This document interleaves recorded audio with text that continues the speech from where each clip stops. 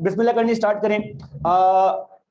हल्का सा एक quick recap. Jain Salim set हो गया, जैन सलीम और जैन आसिम। अच्छा जैद नाम है, सॉरी माजरत सर। एक हल्का सा रिकैप आपको देंगे। सर हमने 3 क्लासेस में क्या बात की है? सर 3 क्लासेस के अंदर हमने सिर्फ एक इंट्रोडक्शन, कॉस्ट क्लासिफिकेशन और कॉस्ट बिहेवियर की बात की। जब मैं कॉस्ट क्लासिफिकेशन का वर्ड यूज करता हूं तो मैं कॉस्ट को क्लासिफाई करता हूं into direct and indirect cost, into production and non production cost. जब मैं कॉस्ट बिहेवियर की बात करता हूं तो मैं कॉस्ट को क्लासिफाई करता हूं वेरिएबल कॉस्ट और फिक्स कॉस्ट। सर ये 2 टाइप की डिफरेंट क्लासिफिकेशन एग्जिस्ट करती हैं, लोगों को मालूम होती हैं। लोगों को हाई लो मेथड भी यूज करना आता है जैसे आपको आता है, लेकिन उसके पीछे का रीजन रेशनल भी कल आपने बात कर ली। अगर मैनेजर आपको बोल रहा है कि यार ये खर्चों की लिस्ट है, मैं आपको दे रहा हूं, अभी मैं आपको दूंगा हफ्ते वाले दिन, 20 मार्क का एमसीक्यू की फॉर्म में एक सवाल है, खर्चों की लिस्ट होगी पूरी, मेरा सवाल नहीं है, सिमा वालों का सवाल। और आपने उस लिस्ट में उस कॉस्ट को अलग अलग हिस्सों में ब्रेक करना है, डायरेक्ट मटेरियल कौन सा है, लेबर कौन सा, एक्सपेंस कौन सा है, जो आपका असाइनमेंट है। तो जब मैनेजर आपको ये बोलता है कि प्रोडक्शन और नॉन प्रोडक्शन कॉस्ट में ब्रेक करो, तो मैनेजर की नियत क्या होती है? वो क्या करना चाह रहा है? वो शेयर होल्डर के लिए प्रॉफिट एंड लॉस स्टेटमेंट बनाना चाह रहा है। अच्छा मल्टीपल टाइप के एनालिसिस भी एग्जिस्ट कर सकते हैं। और अगर आपका मैनेजर बोले यार एक काम करो, ये कॉस्ट शीट मैं आपको दे रहा हूं, ये सारे हमारे खर्चे हैं, जरा मालूम करके लाओ इसमें वेरिएबल कॉस्ट कितनी है, फिक्स कॉस्ट कितनी है, वो क्या करना चाह रहा है? वो फोरकास्टिंग करना चाह रहा है। अगर मैनेजर वेरिएबल और फिक्स कॉस्ट में कॉस्ट ब्रेक करने को बोल रहा है, उसका एक ही मतलब है, मैनेजर व्हाट इफ एनालिसिस और सिनेरियो बिल्डिंग करना चाह रहा है कि अगर इतनी एक्टिविटी हो तो कितनी कॉस्ट आएगी, तो कितना प्रॉफिट आएगा, क्या हिसाब किताब हमारे पास बैठ रहा होगा। तो आपके पास ना मैनेजर का रेशनल और नियत भी आ गई है। क्या ये बात यहां तक क्लियर? सर दूसरी बात ये कि हमारे पास सिलेबस के अंदर मैंने आपसे कहा था ज्यादातर टॉपिक घूम फिर के एक ही काम कर रहे हैं। अगर देखें चीजें आसान हो ना तो कॉन्सेप्ट बिल्डिंग आपके लिए बड़ी स्मूथ हो जाती है। हमारा काम कारोबार के अंदर, सीएम आपको असिस्ट कर रहा है इसके अंदर, कारोबार के अंदर हमारा काम है सस्ता खरीद के महंगा बेचना या सस्ता बना के महंगा बेचना। अब एक आइटम कितने का बन रहा है उसके लिए आपको कॉस्ट कार्ड बनाना होगा, कॉस्ट पर यूनिट। आपने एक कॉस्ट कार्ड जो है वो सैंपल फॉर्म के अंदर देख लिया है। हम आज एक टॉपिक स्टार्ट करने जा रहे हैं, अपने पास काइंडली लर्निंग आउटकम नोट कर लीजिएगा। और ये लर्निंग आउटकम अब बहुत सारी क्लासेस तक सेम रहेगा। हाँ ये है कि इस लर्निंग आउटकम के अंदर छोटे छोटे बुलेट पॉइंट्स आपके पास आना स्टार्ट होंगे। लेकिन जी बेटा, लर्निंग कर्व तो एक टॉपिक है हमारे पास, learning outcome is the outcome of this class, कि आज की क्लास में हमने क्या बात करनी है, ताकि जब आपको मैं बोलूं कि बेटा ये टॉपिक एंड हो गया है तो आप उसको बुक से मैच करो कि भाई अली अहमद ने एंड किया तो वाकई एंड हुआ है, प्लस हमारा एंड हो गया। क्योंकि देखें मैं आपको 10 सवाल सॉल्व कर रहा हूं तो वो मैं सॉल्व कर रहा हूं, मेरी प्रैक्टिस हो रही है अच्छी। कुछ सवाल ऐसे हैं जो मैं आप लोगों को बोल रहा हूं कि आपने खुद पिक करने हैं, आपने फंसना है। लर्निंग कर्व एक टॉपिक है, learning outcome is the objective of the class, कि हमने आज क्या बात करनी है या किस टॉपिक में हम एंट्री मार रहे हैं। सर आज जो हमने लर्निंग आउटकम स्टार्ट करना है उसका नाम है प्रोसेस कॉस्टिंग। सारी एग्जांपल अब लाइन से आना आपके पास स्टार्ट होंगी, एक के बाद एक एग्जांपल बिल्डअप होना स्टार्ट होगी। ये एग्जांपल 19 तक जाएगी, 22 तक जाएगी, 28 तक जाएगी। हर अटेम्प्ट में ना अलग अलग हिसाब किताब होता है। लास्ट से लास्ट अटेम्प्ट में मैंने जब ये टॉपिक करवाया तो पूरा प्रोसेस कॉस्टिंग 28 एग्जाम्पल के अंदर खत्म हुआ था। लास्ट अटेम्प्ट के अंदर 19 एग्जाम्पल में खत्म हो गया था। सर ये क्या सीन है? बेटा ये एग्जाम्पल मैं लाइव बना रहा हूं यहाँ पर। एग्जाम्पल के अंदर सारे फीचर वो हैं जो आपके पास पेपर के अंदर आते हैं कंपोनेंट वाइज। अब सवाल की स्पीड और पेस क्या होगा वो मुझसे ज्यादा आप पे डिपेंड करता है, डिपेंड्स ऑन द क्लास। अगर मुझे लगे कि बच्चा इस टॉपिक के अंदर अभी आहिस्ता आहिस्ता इंड्यूस हो रहा है तो मे भी ज्यादा एग्जाम्पल हो जाए, आपके लिए पहला एरिया है तो मैं इसको ऑब्वियसली स्लो लेके जाऊंगा। अगर मुझे लगे कि बच्चा किसी टॉपिक में तेज है तो मैं एग्जाम्पल शॉर्ट कर देता हूं। लेकिन याद रखें ये सारी एग्जाम्पल मेरी बनाई हुई है, लेकिन ये मेरी नहीं है। जो जो क्वेश्चंस के इश्यूज आपके पास आएंगे, जो जो छोटे छोटे आइटम आएंगे, वो सारे पास पेपर के क्वेश्चन में एज इट इज आपको मिलेंगे। ये आपको उस दिन बात समझ आएगी जिस दिन क्लास के अंदर सारी एग्जाम्पल करने के बाद मैं पास पेपर खोलूंगा और वही सवाल वैसे ही सॉल्व करूंगा जैसे हमने बोर्ड पर सॉल्व किया। सेम मेथड होगा, सेम पैटर्न होगा। भाई दी वे अगेन कॉस्ट अकाउंटिंग के अंदर मेथड और पैटर्न एग्जिस्ट, फाइनेंशियल अकाउंटिंग नहीं है, कोई फॉर्मेट नहीं है, आपने आंसर तक पहुंचना है। आपकी वर्किंग बस साफ होनी चाहिए। कम से कम एग्जामिनर को यह बता दो कि किस चीज को किससे मल्टीप्लाई और डिवाइड कर रहे हो, तो थोड़ा एटिकेट्स अगर आपके अंदर बिल्ड होंगे तो आपके लिए आसानी हो जाएगी। तो आए जरा मैं थोड़ा सा आपको इंट्रोडक्शन दे दूं, थोड़ा सा बोर्ड भर दूं, फिर इसके ऊपर बात करना स्टार्ट करते हैं।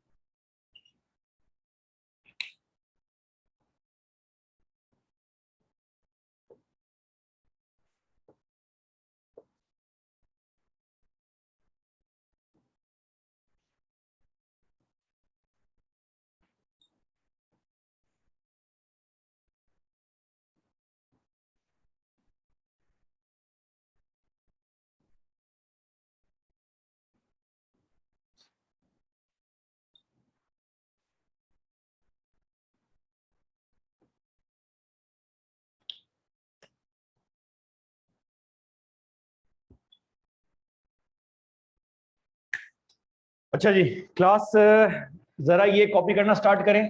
पहला कंपोनेंट आपका ये है, दूसरा कंपोनेंट आपका ये है। ये एक नए पेज पे कीजिएगा, पेज पे जगह खाली छोड़ दीजिएगा, वो बाद में मैं आपको पास जो है वो करूंगा। और तीसरा कंपोनेंट आपके पास ये है, दिस इज एग्जांपल नंबर 1। इस एग्जांपल के अंदर आपको परंपरा बताएंगे, गेम बताएंगे कि ये टॉपिक आपने किस तरह से मूव करना है। ऑब्वियसली हम स्टार्ट कर रहे हैं प्रोसेस कॉस्टिंग से, लेकिन अगर मैंने आपके सामने बाकी कॉस्टिंग सिस्टम लिखे हुए हैं तो उसके पीछे भी एक रेशनल एग्जिस्ट करता है, उस रेशनल के बारे में बात करेंगे।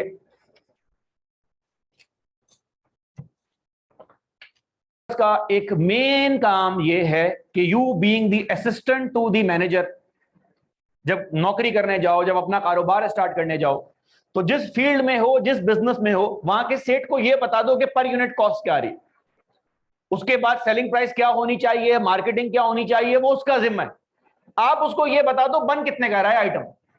अब आप उसको जाके बोलो सर ये एक आइटम हम बना रहे हैं, मार्कर हम बना रहे हैं, बोर्ड मार्कर, सर ये नए स्टाइल का बोर्ड मार्कर है और ये 80 रुपए का बन रहा है। बाद में आपका मैनेजर बोले भाई हम 60 रुपए का बेच रहे होंगे, वो उसका काम है, आपका काम नहीं। आपका काम क्या है? आपको ये सही से मालूम हो कि कॉस्ट पर यूनिट क्या आ रही है। मसला लॉस का नहीं है, मसला ये है कि आपको मालूम हो कि आपकी स्ट्रेटेजी क्या है। तो आपकी जो प्लानिंग है that is dependent on the information that you guys are stretching from the books. आपको आइडिया होना चाहिए। अच्छा, दूसरा मसला, मैं अगर फाइनेंशियल अकाउंटिंग की बात कर रहा होता तो ये सारी कंपनी जिनका मैंने नाम लिखा है, इन सबकी फाइनेंशियल रिपोर्ट एक ही टाइप की बन रही होती, किसी किस्म का कोई मसला नहीं होता।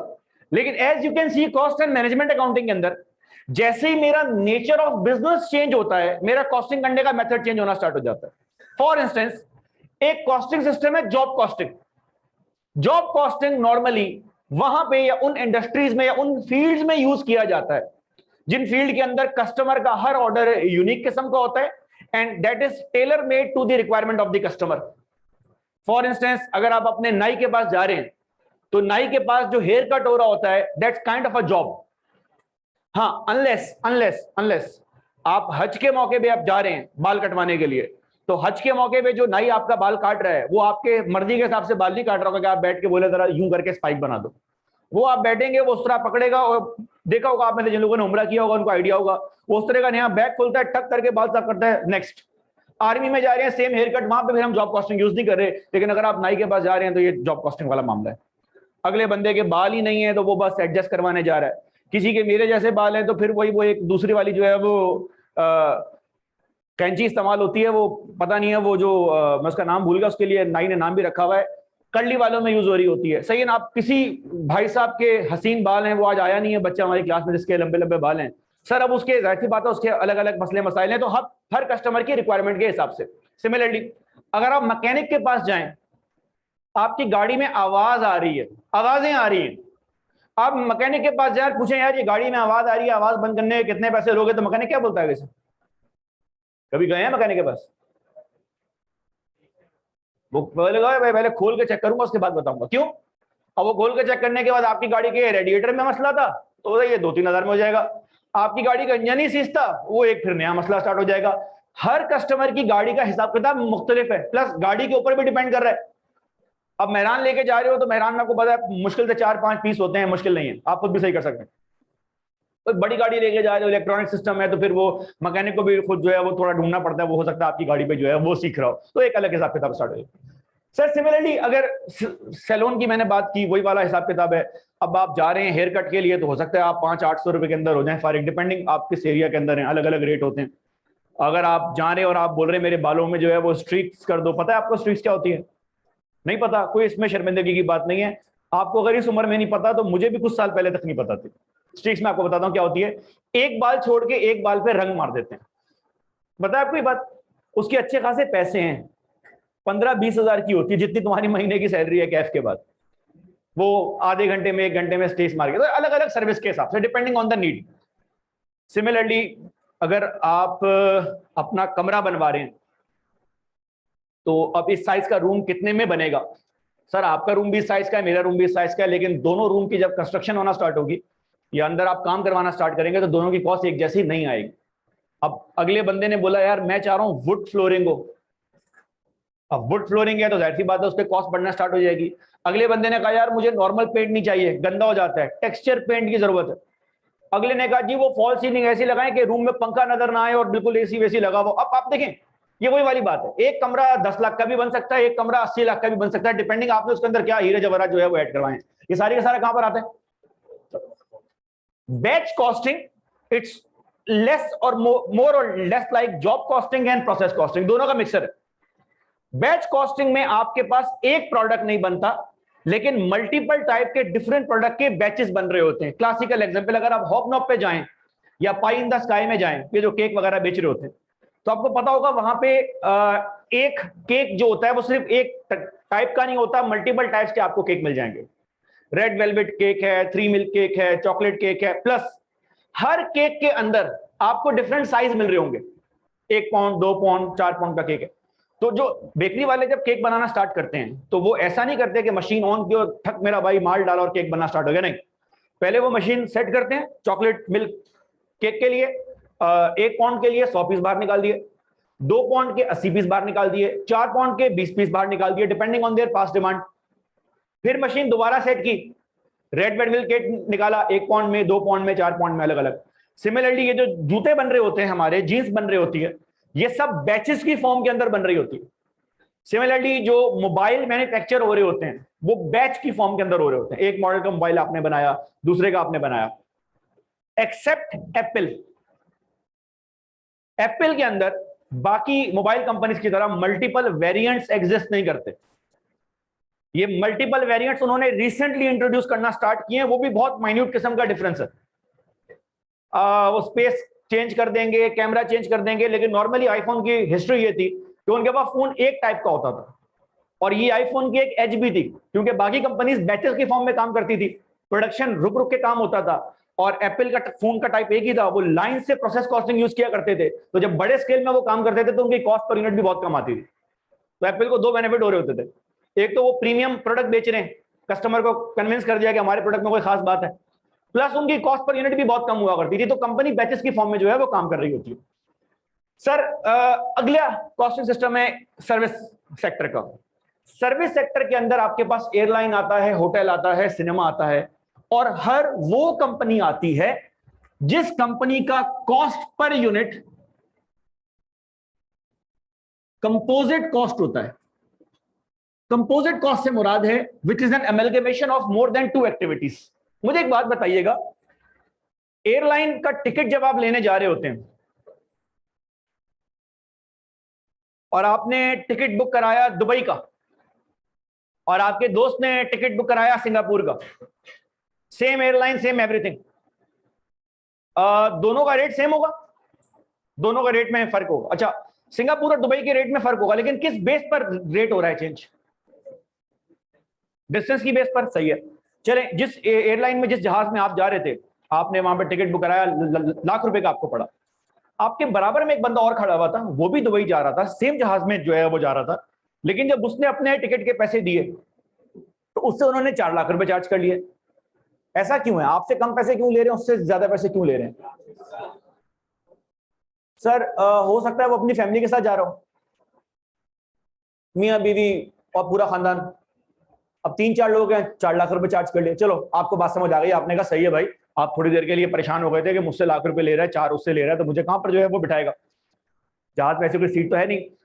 सर एक बराबर में बंदा और खड़ा हुआ था, वो भी अपनी फैमिली के साथ था, मियाँ बीवी और 2 बच्चे, लेकिन वही सेम एयरलाइन में, सेम फ्लाइट में, सेम जहाज में, उसने उनसे 16 लाख रुपए चार्ज कर लिए। उनसे ज्यादा पैसे क्यों चार्ज कर लिए? टेक अ वाइल्ड गेस, क्या हुआ होगा? है, टाइम भी सेम है। चले, एक तो आपको समझ आ गया भाई, रेट चेंज हो रहा है क्योंकि सिंगापुर की फ्लाइट थी, दुबई की फ्लाइट थी। एक आपको समझ आ गया, नंबर ऑफ इंडिविजुअल चेंज हो रहे हैं, रेट चेंज हो रहा है। लेकिन ये यहाँ क्या बात हुई? 4 बंदे इनके, 4 बंदे इनके, सेम फ्लाइट है, सेम जहाज है, सेम एवरीथिंग, एक 4 लाख दे रहा है, 16 लाख दे रहा है, क्यों? दोनों का टाइम भी सेम है, दोनों 7 बजे की शाम की फ्लाइट है। सर क्लास डिफरेंस होगा, जहाज के अंदर क्लासेस होती हैं बनी हुई, economy class, economy plus, business class, first class. Sir हो सकता है बिजनेस क्लास में ट्रेवल कर रहा हूं। अच्छा, सेम कहानी सिनेमा के अंदर होती है, टिकट के रेट हर दिन के सेम नहीं होते। फर्स्ट नाइट फर्स्ट शो महंगा होगा। अच्छा, फर्स्ट नाइट फर्स्ट शो सबके लिए जितना महंगा नहीं होगा। कुछ लोग बिल्कुल आगे बैठे हुए होते हैं, मुंह के ऊपर स्क्रीन आ रही है, उसके रेट थोड़े कम होते हैं। कुछ लोग कोने में बैठे होते हैं, उसके मुख्तलिफ रेट हैं। कुछ लोग पीछे गैलरी में बैठे हुए होते हैं, उसके जरा प्रीमियम रेट है, क्योंकि जाहिर सी बात है आपके स्टेडियम के अंदर भी यही हो रहा होता है। हर गैलरी बोलते हैं, क्या बोलते हैं, इंक्लोजर का रेट आपके पास सेम नहीं होता। अब बास्केटबॉल यूएस में बहुत जो है वो खेली जाती है, उनका बड़ा फेवरेट स्पोर्ट्स है, वहां पे सेम हाल होता है। वहां पे जो बिल्कुल कोर्ट के बराबर की सीटें हैं वो बहुत महंगी बिकती हैं।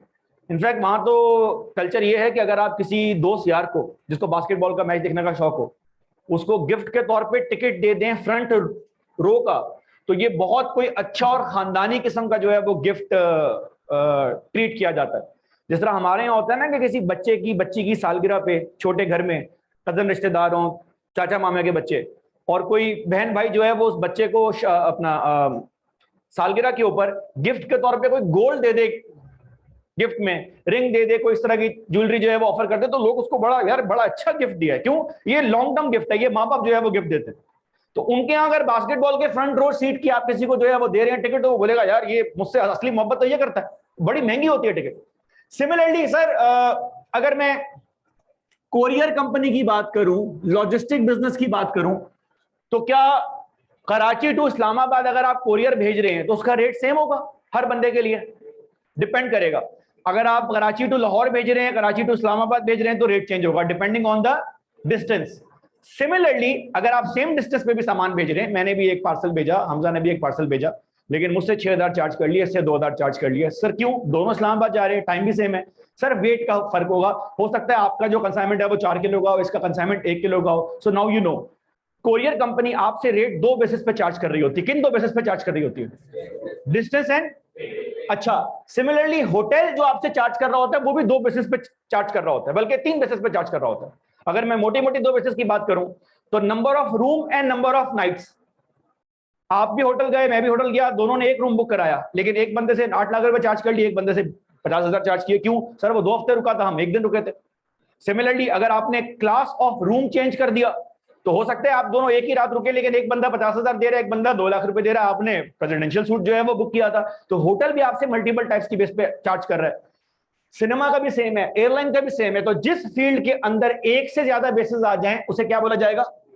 Composite cost unit. और वो किस कॉस्टिंग सिस्टम के अंडर आएगा? अब आप नोट करें, आप अगर किसी कंपनी के कॉस्ट अकाउंटेंट हैं रियल लाइफ में, और आप पहले कॉन्ट्रैक्टर के पास जॉब कर रहे थे, नई जॉब आपको मिली है एयरलाइन के अंदर, तो कॉस्ट अकाउंटिंग डिपार्टमेंट में तो आप काम कर रहे हैं, क्या आपका नेचर ऑफ काम सेम हो गया? नेचर ऑफ काम भी आपका चेंज हो रहा है। वही रियल लाइफ बिजनेस की तरह, जिस तरह शादी हॉल ऑपरेट होता है उस तरह सीएनजी स्टेशन ऑपरेट नहीं होता। जिस तरह सीएनजी स्टेशन ऑपरेट होता है वैसे होटल ऑपरेट नहीं होता। जिस तरह होटल ऑपरेट होता है उस तरह हॉस्पिटल ऑपरेट नहीं होता। तो हर बिजनेस की नेचर अलग है, कॉस्टिंग का हिसाब किताब अलग है।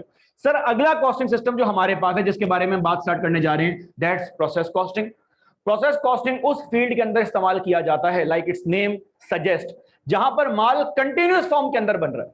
कंटिन्यूस फॉर्म से मुराद है कि अगर ये मेरी मशीन है, ये मेरी फैक्ट्री है, तो इस कंपनी के अंदर कंटिन्यूस फॉर्म के अंदर इनपुट आ रहा है और कंटिन्यूस फॉर्म के अंदर आउटपुट आ रहा है, प्रोसेस रुक नहीं रहा। ये एक नई टाइप की प्रॉब्लम को जो है वो जन्म देता है। कैसे? सर क्लासिकल एग्जांपल है, हमारे पूरे सिलेबस का एक ही मसला है, प्रोसेस कॉस्टिंग का भी एक मसला है, इन टॉपिक्स में जाएंगे एक ही मसला होगा। आपने मैनेजर को कॉस्ट कार्ड बना के देना, वो कॉस्ट कार्ड या तो चार्ट की फॉर्म में बनेगा, लास्ट क्लास के अंदर बनाया था, या टी अकाउंट की फॉर्म के अंदर बनेगा। कॉस्ट कार्ड की शक्लें चेंज हो रही है, कॉस्ट कार्ड सेम है। आपका मैनेजर सिर्फ एक सवाल पूछेगा, भैया मुझे सिर्फ एक चीज का जवाब दे दे, कॉस्ट पर यूनिट क्या आ रही है? कॉस्ट पर यूनिट निकालने का यूनिवर्सल फॉर्मूला एक है, यूनिवर्सल। आपको 2 चीजें होनी चाहिए मालूम, क्या?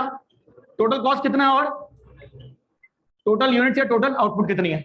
लेकिन मसला क्या है, अगर मैं बोल रहा हूं कि प्रोसेस कॉस्टिंग उस फील्ड में यूज होता है जहां कंटिन्यूसली इनपुट हो रहा है, कंटिन्यूसली आउटपुट हो रहा है। सीमेंट फैक्ट्री, सुबह शाम माल इनपुट हो रहा है, सुबह शाम माल बन रहा है, मशीन बंद नहीं कर रहे, बंद नहीं कर सकते, टाइम नहीं होता। इन कंपनीज में तो एफिशिएंसी इस बात पर है कि आप मशीन कितने घंटे ऑन करते हो। के इलेक्ट्रिक को आपको सामान बेचने के लिए मेहनत नहीं करनी पड़ती, के इलेक्ट्रिक सिर्फ अपने पास बिजली कर ले प्रोड्यूस, वो 21 घंटे 20 घंटे आपको बिजली देता है तो आपका बिल इतना आता है, 24 घंटे दे देगा उसकी इनकम बढ़ना स्टार्ट हो जाएगी। तो यहाँ पे एफिशिएंसी इस बात पे डिपेंड करिए प्रोडक्शन होती रहे। ऑयल रिफाइनरी वाला, उसका मसला क्या ये है कि माल नहीं बिकेगा, उसका मसला सिर्फ ये है कि ऑयल रिफाइनरी 24 घंटे काम करती रहे। सर मसला ये है कि ये दोनों वैल्यूज कंटिन्यूस बेसिस पर चेंज हो रही है। तो अगर ये दोनों वैल्यूज कंटिन्यूस बेसिस पे चेंज हो रही हैं, कभी कॉस्ट चेंज हो रही है, कभी आउटपुट चेंज हो रही है, तो मैं सर्टेनिटी के साथ कॉस्ट पर यूनिट कैलकुलेट नहीं कर सकता, मुझे यहाँ पे एस्टीमेट यूज करने पड़ेंगे। वो एस्टीमेट कैसे यूज किए जाते हैं उनके ऊपर बात करते हैं। किन इंडस्ट्रीज के अंदर यूज होता है जहां पे कंटिन्यूस प्रोडक्शन हो रही होती है? शुगर मिल्स, सीमेंट, बोर्ड पे नहीं लिखा हुआ मैंने, rice mills, oil refineries, pharma, textile, FMCG. FMCG हर वो कंपनी है जिसको आपकी जबान में प्यार से फास्ट मूविंग कंज्यूमर गुड्स बोला जा सकता है। नेस्ले की जो बोतल है, पानी की बोतल, लाइन से बन रही होती है बड़ी क्वांटिटी के अंदर। यूनिलीवर, मेरे ख्याल से यूनिलीवर है, वो जो एवरीडे दूध बना रहा है वो एक बड़े प्रोडक्शन के अंदर हो रहा होता है। लिप्टन चाय बना रहे हैं, बड़े प्रोसेस के अंदर बन रही होती है। वॉल्स इनकी जो आइसक्रीम बन रही है, बड़े प्रोसेस के अंदर बन रही है। पेप्सी वालों के जो चिप्स बन रहे हैं, लेस के, अक्सर औकात तो लेस के चिप्स दुकान पे जाएं शॉर्ट हुए होते हैं, अवेलेबल नहीं, उनकी डिमांड इतनी है। तो ये वो फैक्ट्रीज हैं जहां सुबह शाम कंटिन्यूसली काम बन रहा है। तो एफएमसीजी का मतलब है ऑल दीज कंज्यूमर प्रोडक्ट्स, क्योंकि ये मास स्केल के अंदर काम कर रहे होते हैं। ये जो आपको दही मिलता है ना पैकेट के अंदर, जाहिर सी बात है ये दही कोई 1000-2000 यूनिट्स तो नहीं बनाते होंगे, तो पूरा प्लांट लगाया हुआ है, बड़े स्केल के अंदर प्रोडक्शन हो रही है और बड़े स्केल के अंदर प्रोडक्ट पैक होकर बाहर निकल रहे हैं। तो ये सारी प्रोसेस कॉस्टिंग इन फील्ड्स के लिए यूज होती है। क्या ये बात यहां तक क्लियर है? अच्छा, एक छोटी सी बात सुन के भूल जाना, आगे बहुत काम आएगी। हमारे सिलेबस में जॉब और batch costing grade number A में एग्जिस्ट करते हैं, अभी आएंगे। सर्विस कॉस्टिंग ग्रेड ए में एग्जिस्ट करती है।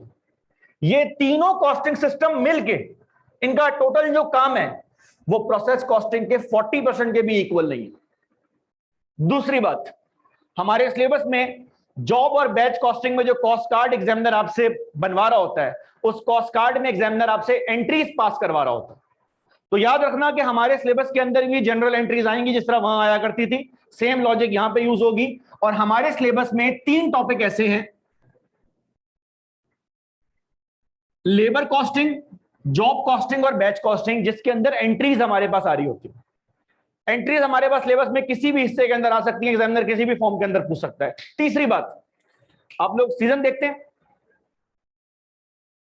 नेटफ्लिक्स वगैरह देखते हैं?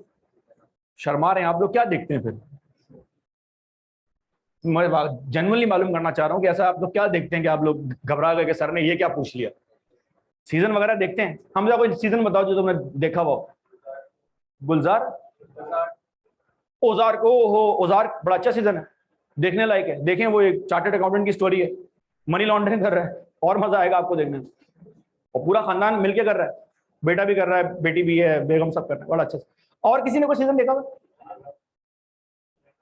शेरलॉक होम्स आउटस्टैंडिंग है। और कोई सीजन देखा हुआ? प्रिजन ब्रेक, यार वो मैंने नहीं देखा लेकिन मैंने नाम सुना हुआ। और आप लोग सीजन देखते हैं? अच्छा, नाम तो सुना होगा, नहीं देखते? नाम तो सुना होगा ना सीजन का। अच्छा, अगर आपने कभी अच्छा सीजन देखा हो, खानदानी परंपरा, जिस तरह ये उजार्क का भाई ने नाम लिया, उजार्क भी वैसे इतना खानदानी नहीं है, तो जो बहुत बेहतरीन राइटर्स होते हैं, मिसाल के तौर पे सूट्स तो चलो एक फैंसी किस्म का है, Breaking Bad, I am not sure आप में से कितने लोगों ने देखा हुआ है। देख, वर्थ वॉचिंग, जिसने नहीं देखा हुआ उसकी जिंदगी है अच्छी है, देखो मजे का। अच्छा, उस शो में एक खास बात ये थी, it's an all time high. और उस शो की एक और अच्छी बात ये थी, अच्छे शो की निशानी होती, साला हर एपिसोड के अंदर कोई इवेंट ऐसा होता था, कोई सीन ऐसा होता था जो नॉर्मल सीन की तरह था। लाइक दो लोग आपस में बातें कर रहे हैं, जनरल नॉर्मली हमारे यहाँ जो बंदा मंड के 10 सीजन वाले एपिसोड जो है वो देख रहा होता है, तो वो आगे कर करके जो है वो देख रहा होता है, बाद में फंस जाता है। हमारे बच्चे की तरह लेक्चर रिवाइज करने बैठता है 1.5 की स्पीड पर, एंड में फंस जाता है। ये वाला कॉन्सेप्ट कहां था बेटा? वो 1.5 की स्पीड में हुआ है पार। तो वो जो आप एक आध एपिसोड छोड़ देते हैं ना, वो बेसिकली फोर शेडोइंग हो रही होती है आगे क्या होने वाला। और 2 सीजन बाद एक एपिसोड में एक सीन आता है जिसका इंपैक्ट उस कॉन्वर्सेशन के साथ होता है जो आगे हो रही होती है। तो अच्छे सीजन की निशानी है कि जब सीजन एंड हो रहा होता है या स्टार्ट हो रहा होता है ना, तो उसमें आने वाले सीजन के इशारे पहले से रखे हुए होते हैं। ये जो सीजन आप देखने जा रहे हैं प्रोसेस कॉस्टिंग का, इसमें कुछ प्रोसेस कॉस्टिंग में छोटे छोटे आइटम ऐसे आएंगे which is going to be a foreshadow for job costing and batch costing. तो वो काम हम यहां पे कर रहे होंगे, सवाल लंबा हो रहा होगा, आप बोलेंगे सर सही है, इसका इतना काम नहीं है, पास पेपर में आया भी 2-3 दफा है, 2-3 मार्क्स का, लेकिन मैं हर सवाल में करवा रहा हूँ। क्यों? क्योंकि बेसिकली वो मैं आपको प्रोसेस कॉस्टिंग नहीं करवा रहा, वो मैं आपको इनडायरेक्टली जॉब और बैच कॉस्टिंग करवा रहा हूं। वो जब आप जॉब और बैच कॉस्टिंग खोलेंगे और जब हम वो क्लास में करना स्टार्ट करेंगे तो आपको खुद एहसास होगा अबे सर आधे सवाल तो हो गए, क्या ये बात यहां तक क्लियर होती है? तो जैसे बताऊं, खुदा का वास्ता है, अंधों की तरह वैसे ही फॉलो करना। 10 लेक्चर्स के बाद आपको आइडिया होगा कि आप प्रोसेस कॉस्टिंग में कहां गए। This is a hackable grid. अभी इसीलिए कर रहे हैं, स्पीड के साथ इसलिए कर रहे हैं ताकि इसके पास पेपर शुरू में हाथ में ले ले। जो लोग स्ट्रगल कर रहे होते हैं, आपको इस टॉपिक के अंदर स्ट्रगल नहीं करनी है, मार्केट के अंदर। क्या ये बात क्लियर होती है? सर अब इस पे बात करने जा रहे हैं, ये हमारे पास प्रोसेस कॉस्टिंग की स्टेज है और हमारा सिर्फ एक मसला है, क्या? प्रोडक्शन हो रही है, कंटिन्यूस इनपुट हो रहा है, कंटिन्यूस आउटपुट हो रहा है, कॉस्ट पर यूनिट किसी सर्टेनिटी के साथ नहीं बता सकते। सर आपने बचपन में, आज से कोई 200 साल पहले एक बात पढ़ी थी, कॉस्ट के 3 कंपोनेंट्स होते हैं, कौन कौन से? Raw material, labour, very good. Sir ये जो आपके पास एक कंपोनेंट था मटेरियल, इस मटेरियल की 3 शक्लें होती हैं आपके पास। ये 3 शक्लें आपके लिए मालूम होना बहुत जरूरी। ये 3 शक्लों में पहली शक्ल है रॉ मटेरियल, जिसको आप रॉ मटेरियल बोल रहे होते हैं। अब आपने तो कॉस्ट के 3 कंपोनेंट पढ़े, मटेरियल, लेबर, एक्सपेंस। मटेरियल का क्या मतलब है? मटेरियल के ये तीनों मतलब हैं आपके सिलेबस के अंदर। सिर्फ एक सवाल हिस्ट्री में ऐसा आया है, which is an unusually difficult question, जो मार्जिनल एब्जॉर्प्शन और प्रोसेस कॉस्टिंग का मर्जर है। और उस सवाल के सॉल्यूशन को देखकर बच्चा एक सवाल पूछ रहा होता है, और मुझे हैरानी होती है कि सवाल क्यों पूछ रहा है। इतना सारा FR1 आईए पढ़ के आया है, फिर भी ये सवाल पूछ रहा है। आइए FR1 में प्रॉफिट एंड लॉस स्टेटमेंट बनाते हो। सेल्स रेवेन्यू के बाद कॉस्ट ऑफ गुड्स सोल्ड आता है। पहला आइटम क्या होता है? Opening stock. आप एक काम करें, अभी आप सीए में आए हैं ना, किसी कंपनी की फाइनेंशियल स्टेटमेंट खोल के चेक कर लें। ओपनिंग और क्लोजिंग स्टॉक जो आपको प्रॉफिट एंड लॉस स्टेटमेंट के अंदर लिखा हुआ आएगा ना नजर, उसके आगे ना शेयर होल्डर रिपोर्ट के अंदर, असली की बात कर रहा हूं, उसमें एक नोट्स भी लिखे हुए होंगे। उस नोट में ये बताया होगा ये जो 25 मिलियन का क्लोजिंग स्टॉक है ना, ये क्लोजिंग स्टॉक 25 मिलियन कहां से आया। जब आप फाइनेंशियल स्टेटमेंट घुमाकर उस नोट्स के अंदर जाएंगे तो वो आपको बताएगा कि ये जो क्लोजिंग स्टॉक हमारे पास है ना 25 मिलियन का, इस 25 मिलियन में 5 मिलियन का रॉ मटेरियल है, शुगर मिला है, हमारी गन्ना पड़ा हुआ है। 10 मिलियन हमारे पास मशीन के अंदर चीनी बन रही है, प्रोसेस हो रहा है, WIP। और 10 मिलियन का हमारे पास रेडी माल रखा हुआ है। वो कुछ दिनों पहले एक सर दर्द की गोली के ऊपर फटा हो गया था गवर्नमेंट का और कंपनी का, और कंपनी कह रही थी रेट बढ़ाओ। पता होगा बीच में, अभी भी आजकल लोग बड़ा हो रहे हैं बीमार, और वो कह रहे थे कि हम ये प्रोडक्शन करना बंद कर देंगे, और गवर्नमेंट ये कह रही थी ये ब्लैकमेल कर रहे हैं। अच्छा, वो कह रहे थे ये ब्लैकमेल कर रहे हैं, रेट नहीं बढ़ाने दे रहे। तो फिर आपको पता है गवर्नमेंट तो गवर्नमेंट होती है, गवर्नमेंट से कौन फटा करता है? गवर्नमेंट ने छापा मारा और उनके वेयर हाउस से सामान बाहर निकाल दिया, और उन्होंने बहुत सारी दवाइयां जो है वो पकड़ ली, वही वाली जो शॉर्ट हुई हुई थी, और बोला कि ये 50 करोड़ का माल पड़ा हुआ। डेंगू हुआ था उस वक्त मुझे, मजे की बात है। तो हमारी बेगम ने हमें बताया कि वो छापा मार के दवाई निकाली है, देखें क्या कर रही है कंपनी। मैंने कहा बेवकूफाना बात है। मैंने कहा वो बेवकूफाना बात इसलिए है कि आप किसी भी कंपनी के वेयर हाउस पे छापा मारोगे, वहां से सामान ही बाहर आएगा। क्यों? रीजन ये है, हर वेयर हाउस बनता क्यों है? मैंने कहा यार आप ये बोलो कि किस क्वांटिटी का माल है। 50 करोड़ से ज्यादा का माल तो उनके वेयर हाउस में वैसे पड़ा होता है उसमें उसका।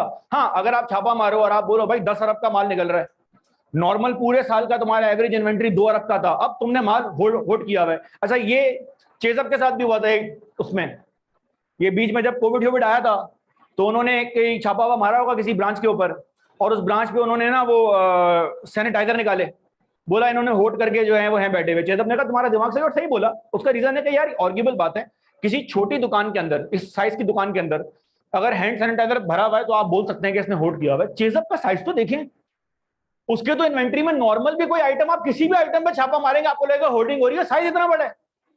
तो याद रखें, बच्चे ने जब profit and loss statement banana start किया ना सवाल के अंदर, क्लास में सॉल्व करेंगे, सबसे मुश्किल सवाल है, सबसे एफिशिएंट बच्ची ने हमारी क्लास में 50 मिनट में वो सवाल सॉल्व किया था, और उसका स्टैंडर्ड टाइम 30 मिनट का है। आप इमेजिन करें, मैं परफेक्ट स्टूडेंट की बात कर रहा हूं, आम बच्चा तो बेधक जाता है। वो सवाल ऐसा है कि पेपर में मैं कहता हूं आखिरी में उठाओ, और उस सवाल में आधे लोगों का सवाल क्या होता है, सर ये क्लोजिंग स्टॉक के अंदर रॉ मटेरियल और वर्क इन प्रोग्रेस क्यों ऐड कर दिया? भाई FR1 में तुमने किया क्या है फिर? तो याद रखें, मटेरियल की 3 स्टेजेस हैं, कौन कौन सी? Work in progress, finish good. अगर आपको मुश्किल हो रही है कि ये 3 स्टेजेस क्या हैं, तो ये 3 स्टेजेस आपके घर में भी हैं। आटा लेकर आए हैं आप, आटा आपने बोरी के अंदर रखा हुआ है, वो बोरी बोल रहा हूं, वो एक कनस्तर होता है, एक प्लास्टिक का जार होता है, आपने उसमें आटा रखा हुआ है, वो क्या है? Raw material. फिर आप उस आटे को गूंद दिया आपने, वो जो गूंदा हुआ आटा फ्रिज में पड़ा हुआ है वो क्या है? अच्छा, जब वो आटा गूंद रहा है उस वक्त भी वो क्या है? लेकिन दोनों वर्क इन प्रोग्रेस में फर्क है।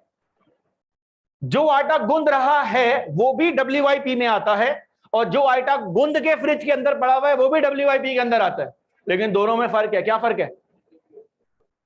क्या फर्क है? सर वो एक थोड़ा सा ज्यादा कंप्लीट है, एक थोड़ा सा कम कंप्लीट है। इसकी बड़ी अच्छी एग्जांपल दूं, हमारे बच्चों का जैसे ही स्कैफ क्वालिफाइड हो जाता है ना, तो कुछ शाकार ऐसे होते हैं जो इंस्टाग्राम की प्रोफाइल जाके चेंज करते हैं और उसमें लिखते हैं, क्या लिखते हैं? CA finalist. शर्म नहीं आती उनको ही बोलते। अच्छा, वो एक तरफ एक बच्चा और है जो फर्म में जॉब कर रहा है 3 साल से, और उसका सिर्फ MSA 1 या MSA 2 रह गया है, 2 पेपर रह गए आखिरी के, सारे सब्जेक्ट क्लियर कर लिए बस, अभी CA हुआ बस, आज नहीं कल नहीं परसों, बस CA क्वालिफाइड। वो भी अपने आप को क्या बोल रहा है? वो भी CA फाइनलिस्ट, तुम भी CA फाइनलिस्ट। कैसी बातें करते हो मालिक? लेकिन बोल तो तुम सही रहे हो, लेकिन तुम दोनों में फर्क है। क्या फर्क है? सर वो गूंदा हुआ आटा है, हमें गूंदा जा रहा है। जैसा तुम लोग अब WIP बनना स्टार्ट हो गए, वर्क इन प्रोग्रेस, ठीक है ना? बोल सकते हो कैफ स्टूडेंट, लेकिन तुम भी अपने आप को कैफ स्टूडेंट बोल रहे हो, और वो बेचारा जो आखिरी के 2 पेपर दे रहा है वो भी अपने आप को कैफ स्टूडेंट बोल रहा है। फर्क है तुम दोनों में? क्या फर्क है? वो गूंदा हुआ आटा है और तुम गूंदे जा रहे हो। तो PRC में तुम क्या थे? सबसे ज्यादा उछल कौन रहा होता है? Raw material. पता है क्यों? उसे गूंदा नहीं गया होता। 2 एग्जाम होते हैं, जब वो गुंज जाता है ना, फिर उसको समझ आता है कि मैंने आगे जाके रोटी बनना है। तो सर वो गूंदा हुआ आटा निकल के जब रोटी बननी स्टार्ट होती है, तो उसको हमारी जबान में क्या बोला जाएगा? क्या ये बात यहां तक क्लियर है? अच्छा, अब जरा एक बात ध्यान करना, आपको अकाउंट्स की नेचर मालूम है, मैं लंबा नहीं करना चाह रहा, एसेट, कैपिटल, लायबिलिटीज वगैरह वगैरह पता है।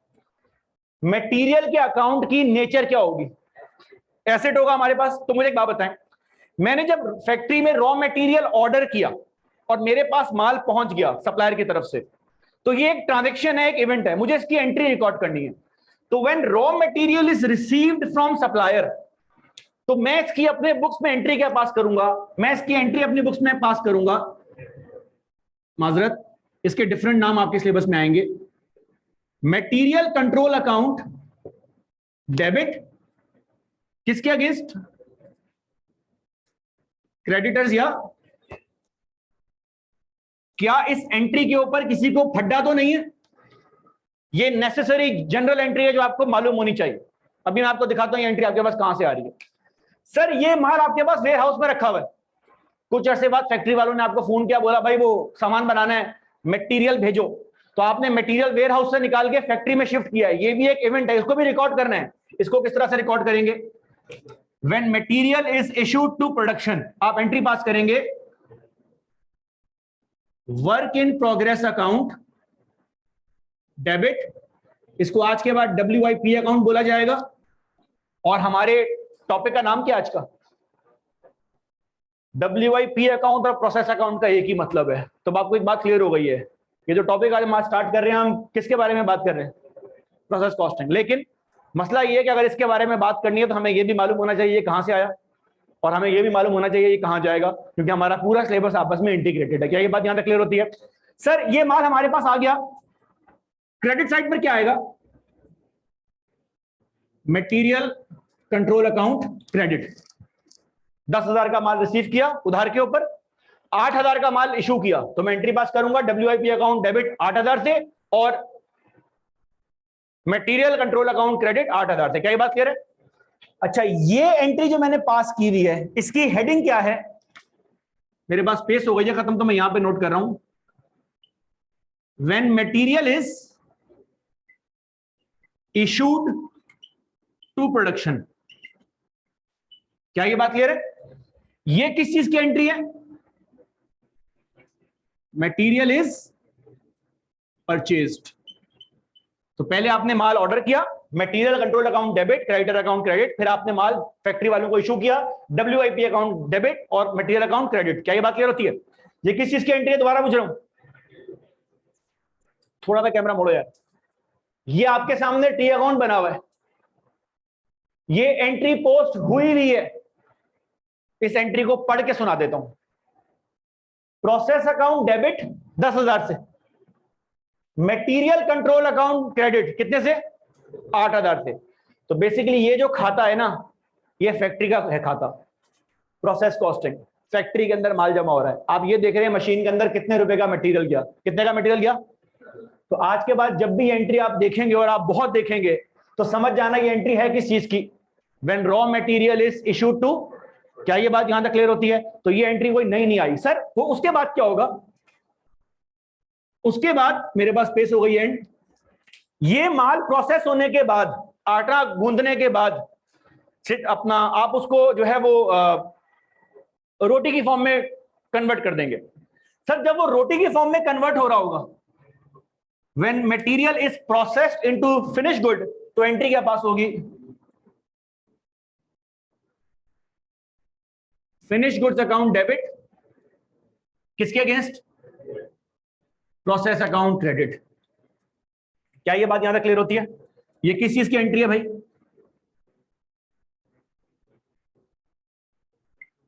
WIP converted into finish goods. अच्छा, बच्चे ने बिल्कुल सही बोला, ये माल वापसी वेयर हाउस में जाएगा। सर तो वेयर हाउस से निकला वेयर हाउस में जा रहा है, लेकिन दोनों बराबर नहीं है। क्यों? अगर मैं फार्मा कंपनी में काम कर रहा हूं तो केमिकल अगर रखा हुआ है तो वो रॉ मटेरियल है, अगर मेडिसिन बन के रखी हुई है तो वो फिनिश गुड है। ये मेडिसिन यहां से डिस्पैच होगी डिस्ट्रीब्यूशन डिपार्टमेंट को। जब ये डिस्ट्रीब्यूशन डिपार्टमेंट को डिस्पैच होगी, ये एंट्री में पढ़ के सुना रहा हूं, लिखना नहीं, आगे जाके आएगी। जब ये डिस्पैच होगी तो इसको आप बोलेंगे फिनिश गुड्स अकाउंट क्रेडिट और cost of goods sold account debit.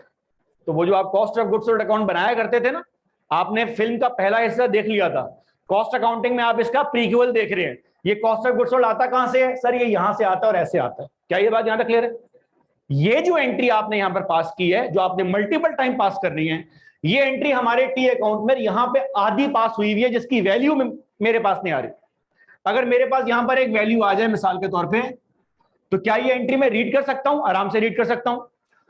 Process account credit हो रहा है किसके अगेंस्ट? तो फिनिश गुड्स क्या हो रहा है, और ये ट्रांजैक्शन क्या शो कर रहा है? ये ट्रांजैक्शन शो कर रहा है कि माल बनने के बाद आपने इसको प्रॉपर प्रोडक्ट बना के वेयर हाउस में कन्वर्ट कर दिया। क्या ये बात क्लियर हो रही है? तो आपने अपने रजिस्टर में जिस पेज पे स्टेजेस ऑफ मटेरियल लिखा था, उसके नीचे ये 3 एंट्री साफ सुथरी फॉर्म के अंदर नोट कर लें। हर एंट्री की आपके पास हेडिंग होनी चाहिए। ये जनरल नॉर्मल ऐसे ही समझाने वाली एंट्रीज नहीं है, एग्जाम में आती है और बंड के आती है। 10-12 मार्क का सवाल होगा। मल्टीपल टाइप्स की एंट्री है, थीम समझ आ गई, सारी एंट्रियां आसान हो जाएंगी। पहली एंट्री की क्या हेडिंग है, दूसरी एंट्री की क्या हेडिंग है, और तीसरी is WIP converted into finish good. ये 3 एंट्रियां जरा पास कर लें, तीनों रॉ मटेरियल की। भैया वीडियो आप थोड़ी देर के लिए ना 2 सेकंड में पॉज करेंगे।